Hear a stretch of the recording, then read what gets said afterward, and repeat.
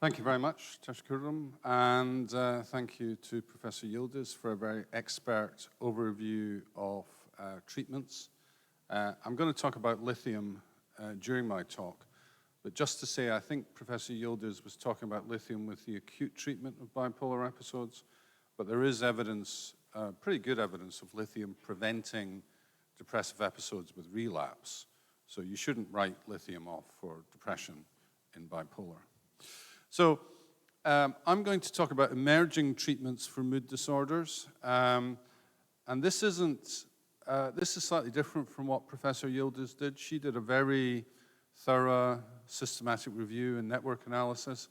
I have merely picked some prospects for the future because I think there's lots of different modalities and ways of treatment and potential combinations that we may see emerging in the next few years.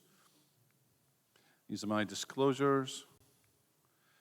First thing to say is if you look at the Global Burden of Disease study, which was published just before COVID, 2019, it was published in 2022, the major adult mental disorders are dominated by mood disorders. So you can see the middle is depression, and then we have anxiety. Bipolar is next, and schizophrenia is relatively smaller. So between them, depression and anxiety make up about 60%, and then schizophrenia, bipolar, about 12 to 14%. The burden is present across all age groups. It forms what you might think of as a teardrop with the increasing age going this way, and there's lots of focus on early prevention. It tends to drop off past the age of 50, 60, tragically because our patients die 10 to 15 years before the reference population. Common disorders of adult life are essentially, common mental disorders are dominated by depression and anxiety.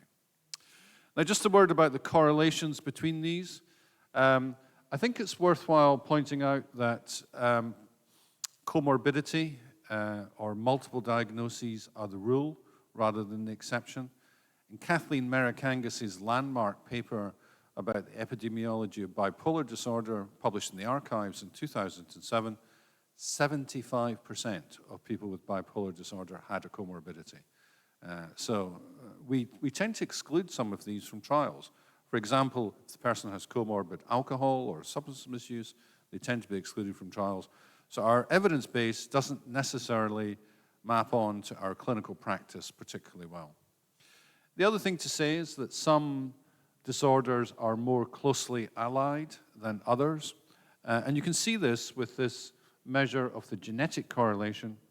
The darker the color, stronger the correlation. You can see there's a big correlation between depression and bipolar, but a stronger correlation for bipolar with schizophrenia, and a stronger correlation for major depression with anxiety disorders, which essentially means generalized anxiety disorders.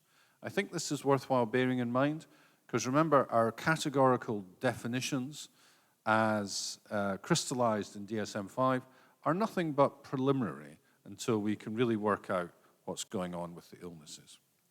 Now, I won't dwell on this. Professor Yildiz has shown it very much for bipolar, but this is Andrea Cipriani and colleagues' network meta-analysis, systematic review of antidepressants.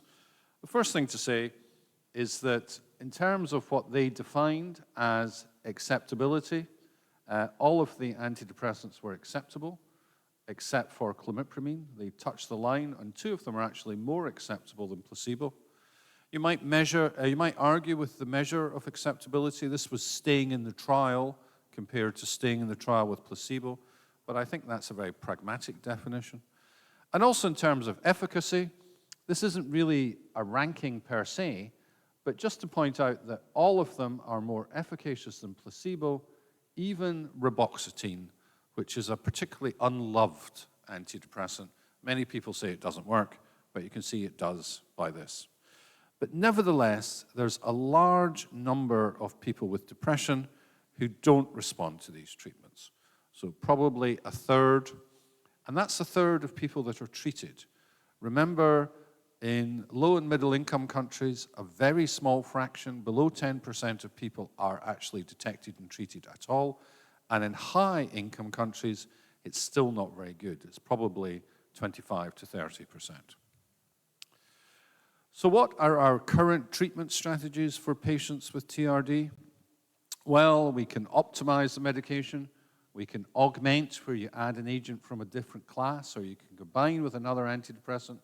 You can dose escalate, for which there is some evidence for drugs like sertraline and vortioxetine, or you can switch.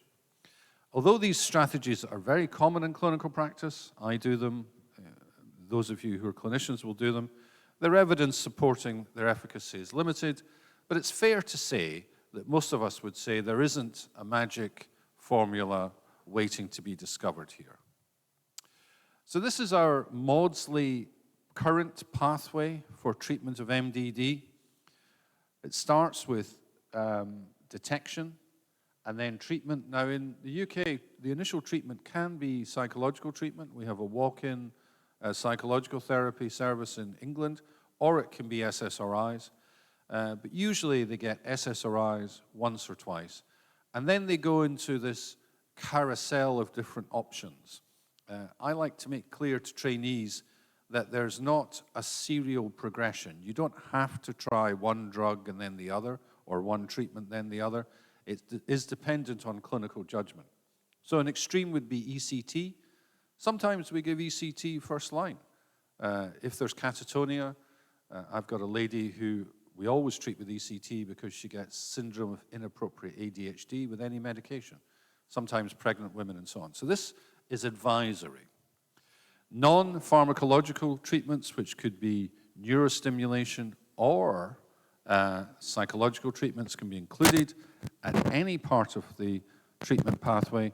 And then after successful resolution, first episode should be maintained for 6 to 9 months, and recurrent depression, 3 episodes or more, for at least 2 years, and some patients, perhaps 40%, will require indefinite treatment. Now, when we think about treatment, we must think about this gentleman, Hippocrates of Kos, ancient Greek physician who lived not very far from here. I did show this slide and said primum non nocere, but then, which means first do no harm.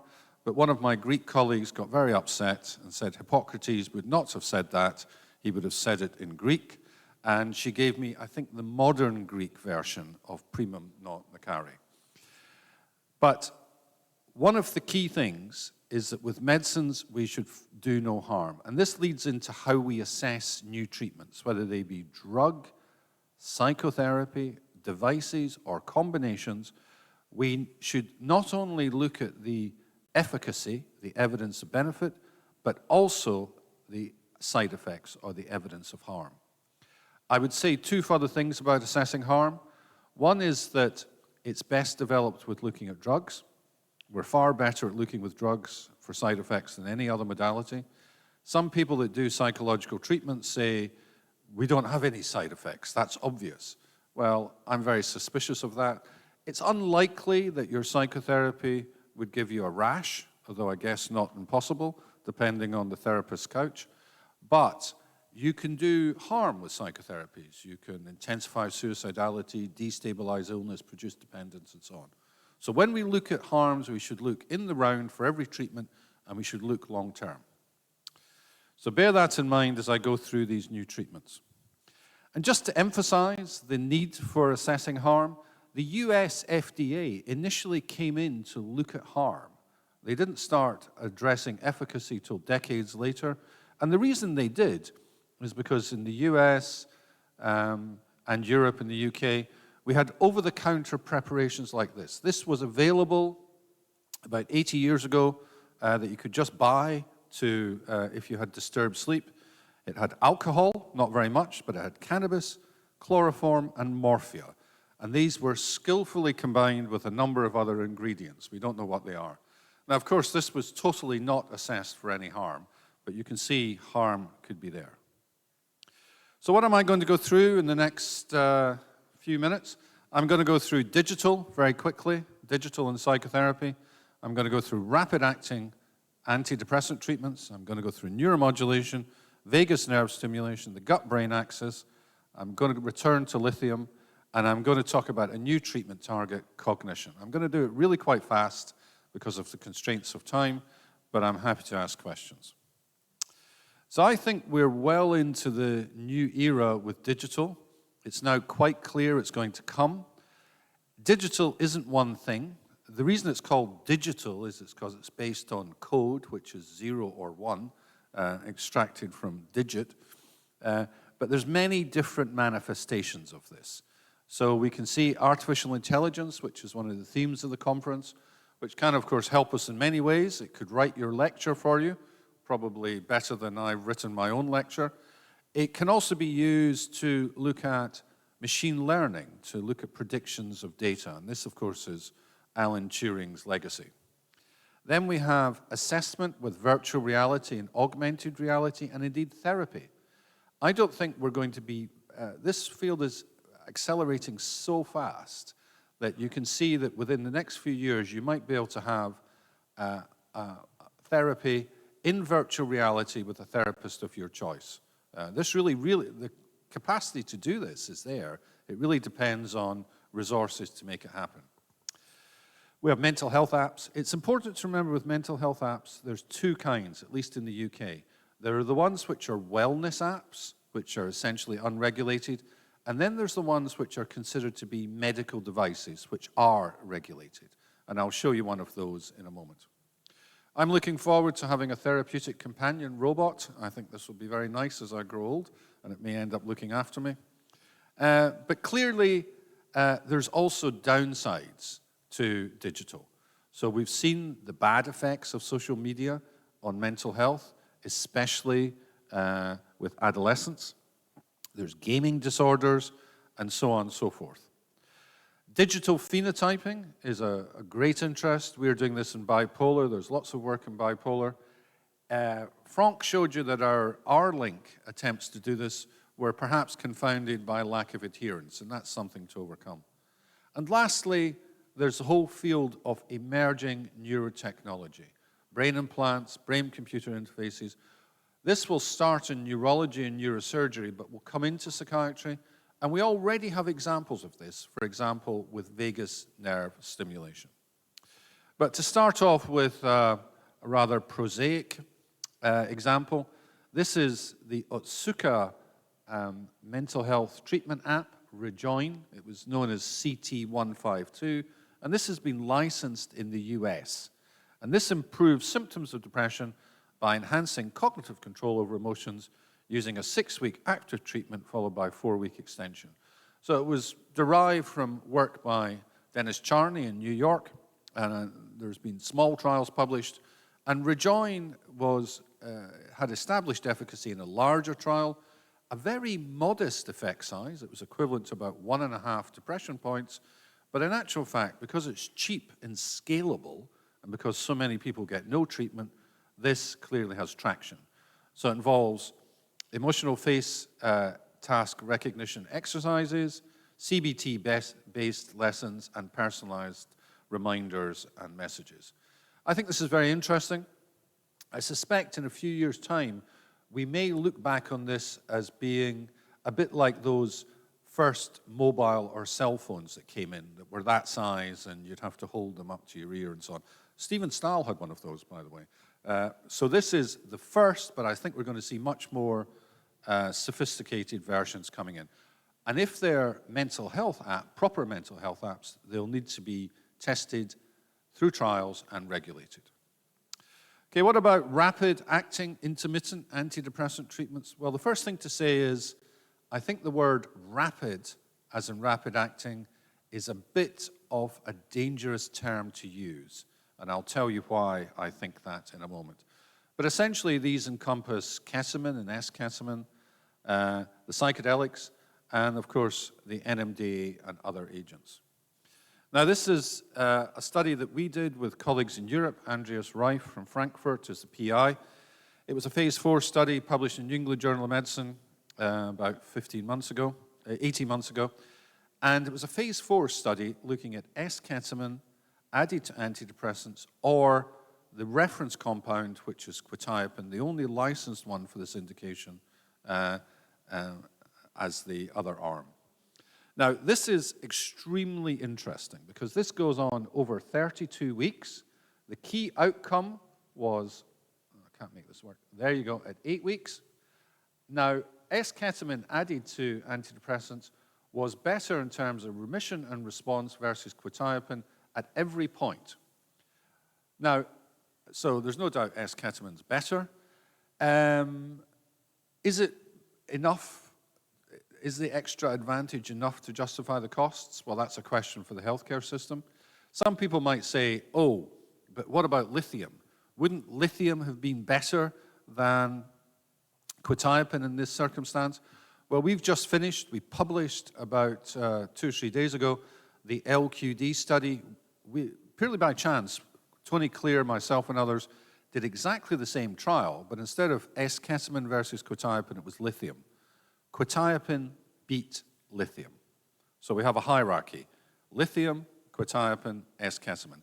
And then when you go into thinking about the practical decisions, things like costs come in.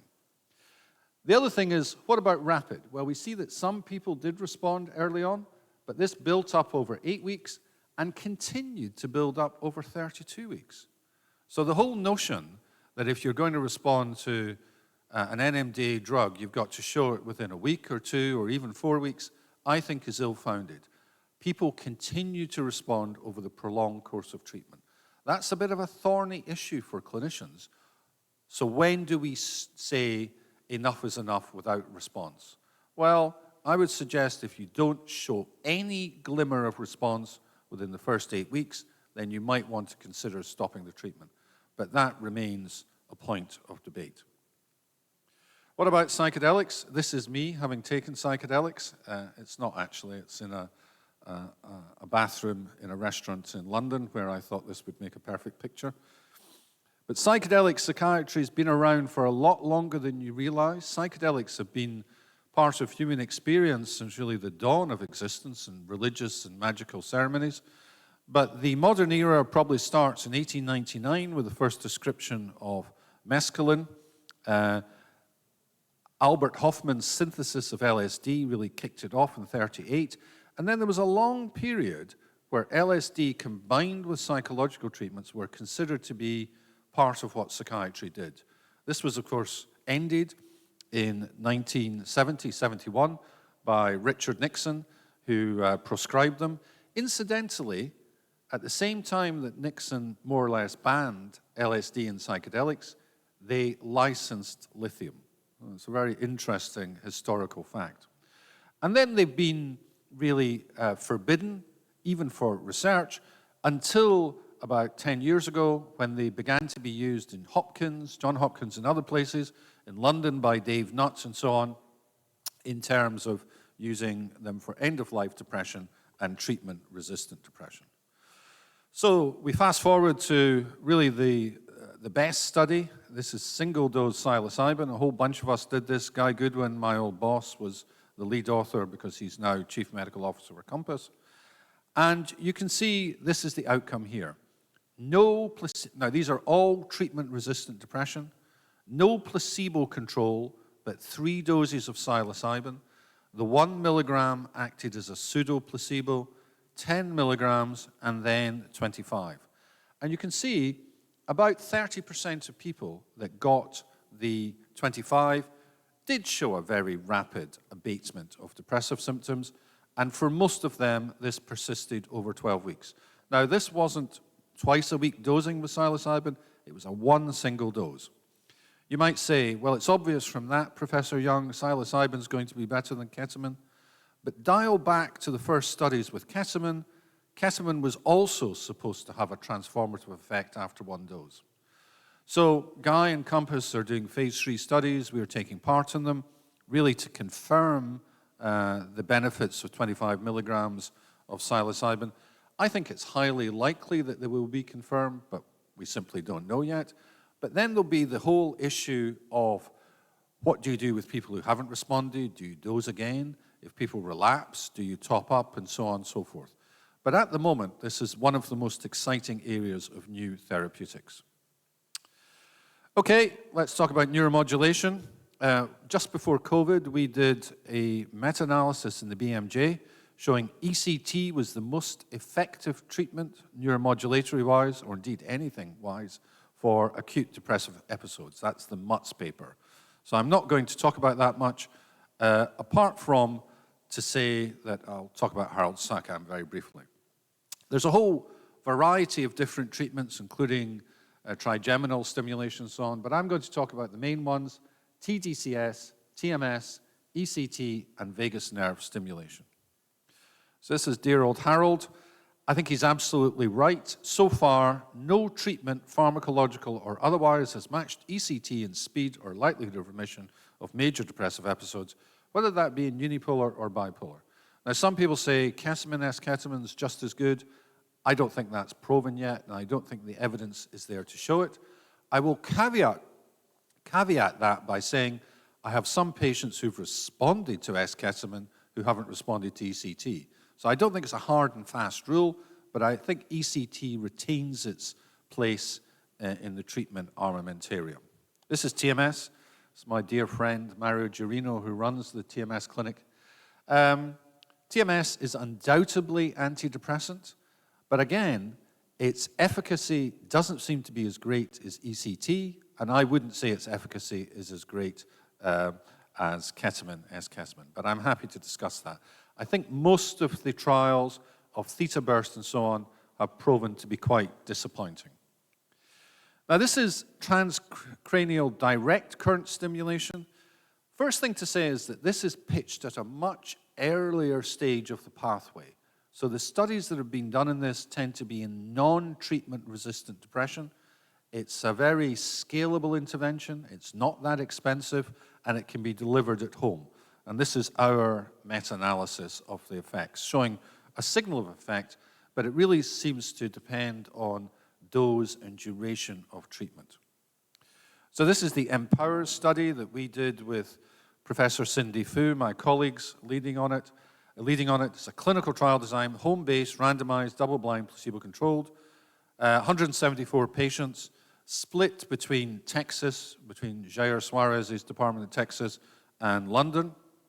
It's a great pleasure to say that in London we recruited 2/3 of the patients, so we comprehensively outdid the Americans. I should also say there were no tariffs involved, so we don't know what would happen if we repeated that now. And this is the study published in Nature Medicine, pivotal phase 2 trial, 58% remission in 10 weeks.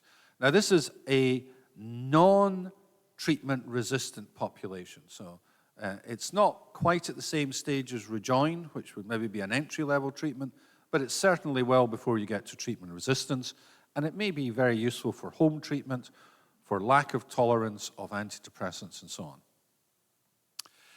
If we go to the other end of the spectrum of treatment resistance, we have VNS. Now, VNS is given in the UK, and I think in places like Canada and the US, very frequently for treatment-resistant epilepsy. The hospital across the road from me, King's College Hospital, does maybe 100 or so implantations a year for epilepsy and only a small number for depression. But nevertheless, the figures are quite good for depression. Initially, the trials didn't separate from treatment as usual, but you can see with time, going out to 5 years, with the treatment continuing, the benefits become evident, with a cumulative response rate at 5 years of about 2/3 for VNS versus 40% for treatment as usual. Now, if you had to think of a group of patients who would respond to VNS, the absolute core are people who respond to ECT but relapse very quickly without continued ECT. So that's the core group, and that's usually where we start off. But we've had some real successes with VNS. And we have a Europe-wide project looking at everyone in Europe who's implanted with the LivaNova device. We have the 1-year data, which we haven't published, but I can say the 1-year data is extremely good. Okay, I'm going to switch tack again and talk about probiotics and the gut-brain axis. The gut-brain axis is extremely important. You've had Ted Dinan talk at the meeting before. John Cryan's very active in this area. There are three main paths of communication between the brain and the gut. The vagus nerve, so of course VNS may be impacting there, the immune system, and the endocrine system. Now, we did a number of reviews on this. This is the first one from JAMA Psychiatry. Victoria Nikolova, was my PhD student, now my postdoc, did this. Essentially, there's evidence that the composition of the gut microbiota is altered in psychiatric disorders, and this is transdiagnostic across depression, bipolar, schizophrenia, anxiety. Essentially, your anti-inflammatory bacteria are down and your pro-inflammatory bacteria are up, so it ties into the whole inflammatory area of psychiatry. What about probiotics as potential treatments? Well, this is another review that we did. We found that probiotics significantly reduce depressive symptoms, particularly when added to antidepressants. Now, we don't know about the ideal mix of probiotics. Probiotics are different from drugs. No one can patent the probiotic, so they do tend to keep the mixtures somewhat mysterious. But most of the anti-inflammatory provoking, enhancing probiotic mixtures might be beneficial. Now, we did Victoria's trial, which I've shown here. I don't have a graph of it, but this is also published in JAMA Psychiatry, August 2023. It was a pilot study of 50 individuals. Those who had the probiotic mixture added to treatment as usual had much better improvement in depression and particularly in anxiety. Now, this is available. This mixture is available from Amazon, and I often get my patients to buy it and add to their treatment. I don't know about the side effects. I don't know that that's been examined systematically, but so far it seems to be quite benign, and we found no real signal of concern in this meeting, in that study. What about lithium? Well, the first thing to say is that lithium isn't a drug, it's an element. It's over 4 billion years old. It was created very early after the Big Bang, and it's everywhere in our environment. Now, there's been lots of stigma and boredom about lithium. Young psychiatry residents and even some mature psychiatrists are not comfortable with using it. We decided to go back and look at the overall literature. So this was published in 2023. We looked at every outcome measure, so not just depression, but social functioning, quality of life, and so on. You can read the paper yourselves, but 2/3 of people with bipolar disorder who got lithium in trials achieved a clinically significant benefit, and over 50% achieved remission. Now, what's interesting is this is better, much better than we found in R-Link. It may be that being in a trial, we know being in a trial promotes adherence, and one of the problems with R-Link, which wasn't a trial per se, it was a treatment cohort study, that may have reduced the effectiveness rates. But certainly, lithium does very well if you look at the evidence. And you heard about R-Link from Franck Bolivier and David Cousins and Becky Strawbridge this morning. This is our big European grant. We thought very hard we might get some data for showing to show you at this meeting. But then we thought if we didn't show you data, you'd need to invite us back next year because we'll have the data then. So we can promise that we'll have some for next year. But Frank also showed that this is a pan-European project, and we're planning a next round in which we're hoping to involve centers in Turkey. And David talked about the biomarkers of lithium response, perhaps being simply reducible to effects in the brain, whether it be white or gray matter, or possibly effects on omics, or so on and so forth. So I think lithium should never be forgotten. Just because no one markets it or makes a profit from it doesn't mean that our patients won't benefit from its use. Now, in the last couple of minutes, if I may, I'm going to just talk about cognitive remediation. Now, cognition is a problem in mood disorders. I first came across this when I was a young specialist in the 90s, and we had patients with unipolar and bipolar disorder who we got symptomatically better. They were no longer in episode, but they said they just didn't feel fully well. Their thinking skills weren't as they were before. And we went off and examined this, and indeed, cognitive deficits are present for a substantial proportion of patients, up to 70%. They're more pronounced during mood episodes, but persist when people are well. They're associated with decreased psychosocial and occupational functioning. So much of the cost of mood disorders is due to cognitive deficits which persist out with episodes. And these increase direct and indirect costs. So this is clearly a target treatment. It's an association between cognition and so on and so forth. So we decided to try and treat this using a cognitive remediation therapy, which had already been shown to be efficacious in schizophrenia. People with schizophrenia have got a different pattern of cognitive impairment. It's present before onset of illness from the Dunedin study, and it doesn't get better, it doesn't get worse with episodes of illness. Bipolar disorder, it doesn't seem to be present before the illness, and it seems to be related to the number of episodes that you have. So this is a real differentiation. So in our initial study, there was a 10% dropout rate in the treatment as usual group, but only 7.5 in the cognitive remediation group. Now, given the cognitive remediation went on for 26 weeks, this is really impressive. Any study, I'm sure Professor Yildiz will agree with me, a 7.5 dropout rate is really very impressive indeed. Therapy was acceptable, people liked it, and 95% reported self-improvement. Now, everything got better. This was a pilot study powered for feasibility, not powered to show any outcomes, but you can see things like the DSST, all of the psychological tests got better. Now, you might say the hotel test, that got worse.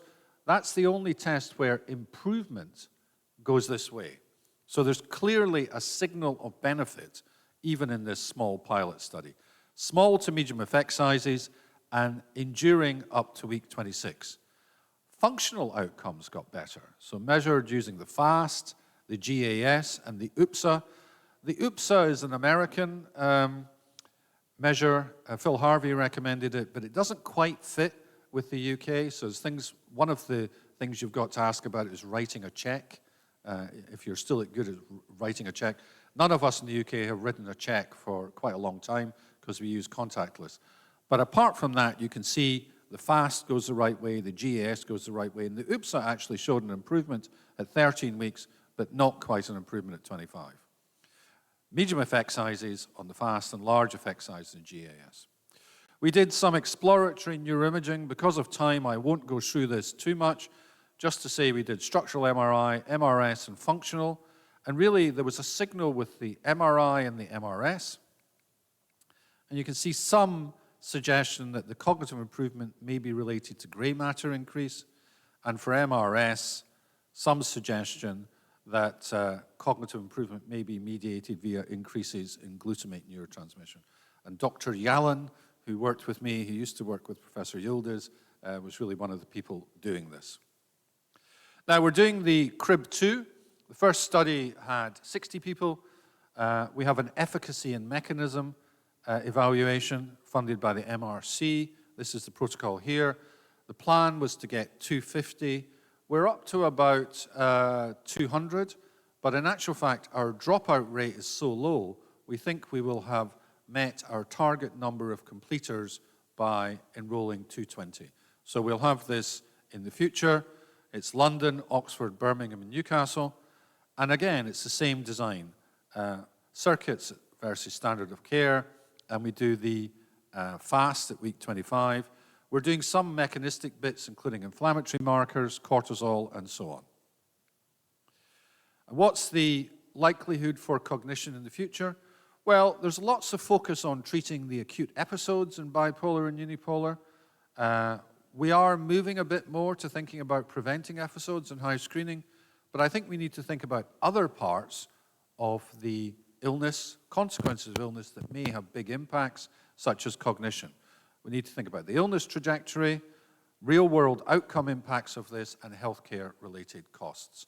And and I think cognition will be a big focus for the future. It may well be that we have other ways of treating cognition, neurostimulation, there may be virtual reality ways, we may combine modalities. I think there's going to be lots of studies in this area over the coming few years. We may think about early intervention and actually trying to target those with the greatest need.